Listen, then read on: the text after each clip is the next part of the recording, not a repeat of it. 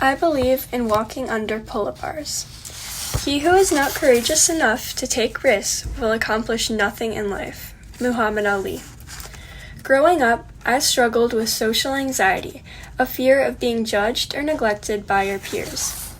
I always felt anxious and hated all social situations, no matter how small. At the age of 6, I hit my lowest point.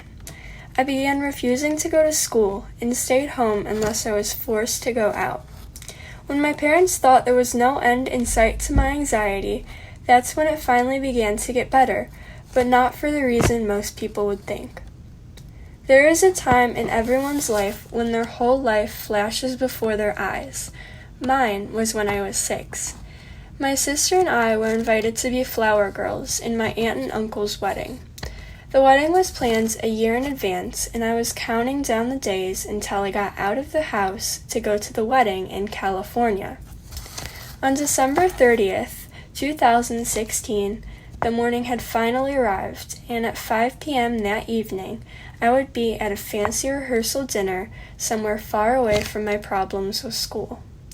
I spent the entire morning going through my suitcase, making sure I had all the essentials for the next week. It wasn't until then that I realized I had left my favorite stuffed animal in my sister's room. I left my room and walked down the hall to grab it, but when I got to her door, it wouldn't open.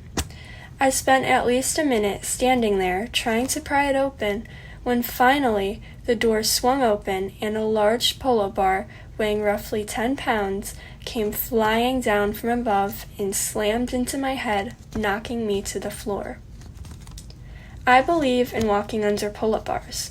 Despite the physical outcome from my experience with them, I can still say that pull-up bar hitting me on the head was the best thing that could have happened to me. I've been living my life in constant fear, making up unbelievable scenarios where I villainized other people to protect myself from ever speaking to them. I was so anxious that people wouldn't like me that I decided it was best to not speak at all.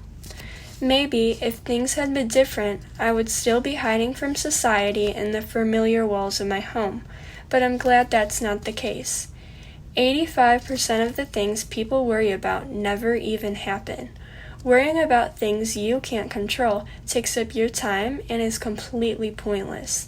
You can't change what other people think of you, but you can change how you react. He who is not courageous enough to take risks will accomplish nothing in life. Muhammad Ali.